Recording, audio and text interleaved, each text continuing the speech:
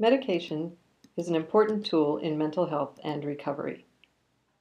With medications, it's important to have good communication with the psychiatrist. Good communication with the psychiatrist. Many deaf people with mental health issues have to work with hearing psychiatrists because not many psychiatrists use ASL. Next, you will watch a role play. While you watch, imagine how that situation feels.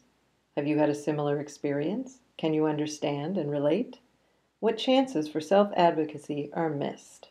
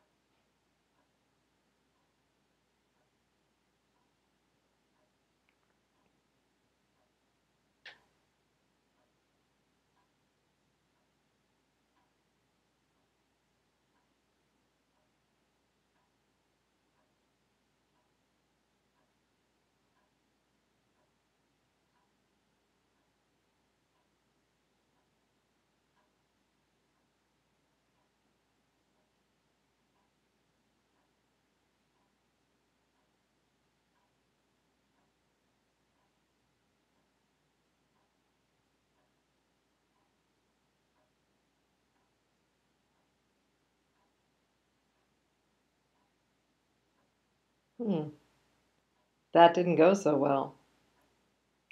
There are several things you can do to help the deaf peer make a medication appointment more successful.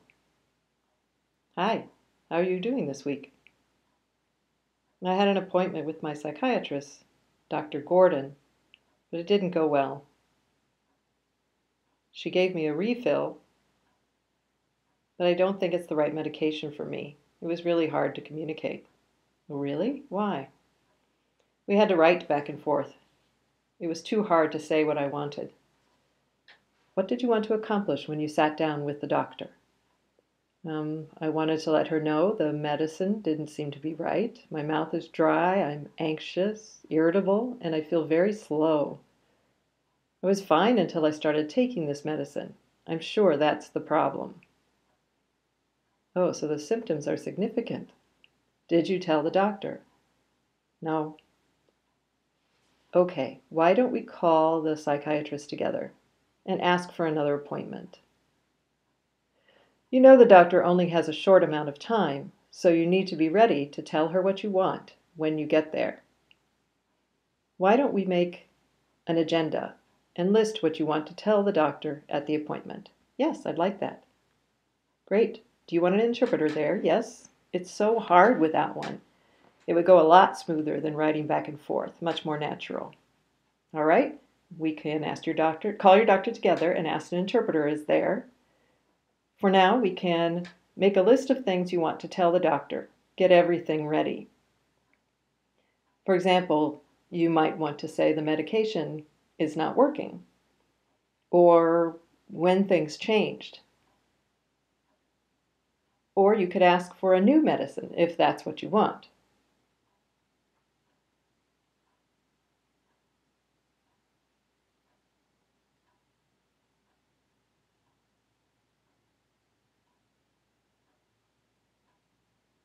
Matthew, you did a great job listing your symptoms, side effects, thoughts, and questions. That will be really helpful when you meet with the doctor. The peer: I feel more prepared, and I'm ready. The discussion will be smoother next time. Can you come with me to the appointment? Sure, I can be there to support you. I'll meet you there. First, though, I have to check with my supervisor. Great. Do you want to practice how you want the appointment to go?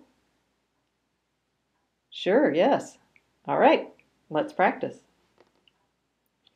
Watch this second role play and think about how you feel. What did the peer do differently?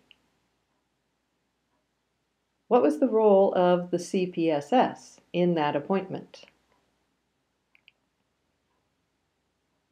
As you watch the next segment, keep in mind that a CPSS role is different from the role of a certified deaf interpreter or CDI.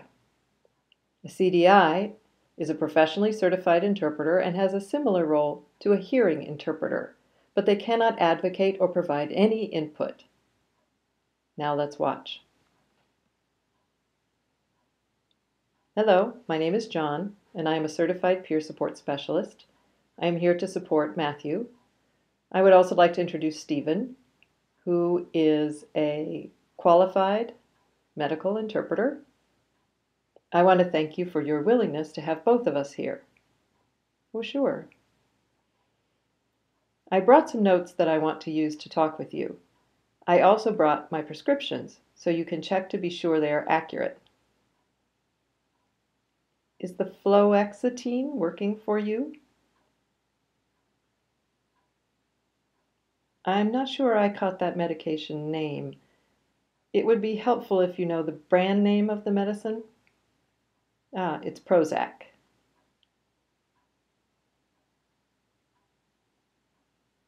I'm experiencing dry mouth, also anxiety, irritability. Sometimes I feel really slow.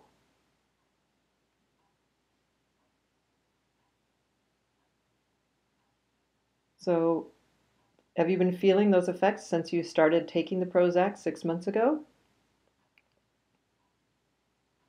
The anxiety? Yes, ever since I started taking the Prozac. I see. It looks like Prozac isn't going to work for you. Why don't I put you on sertraline and see how that works for you?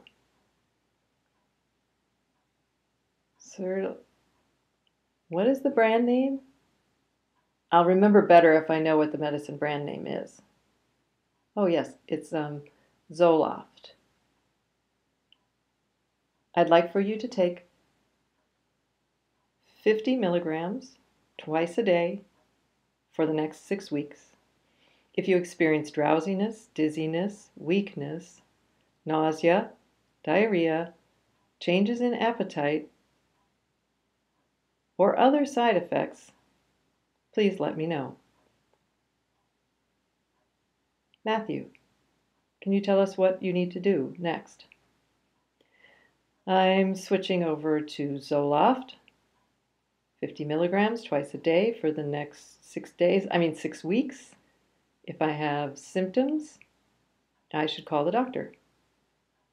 And what are the possible symptoms? Nausea, diarrhea, dizziness, and changes in appetite, feeling weak. Oh yeah, appetite and feeling weak. Excellent. Let's meet again in 6 weeks. Thank you so much for coming.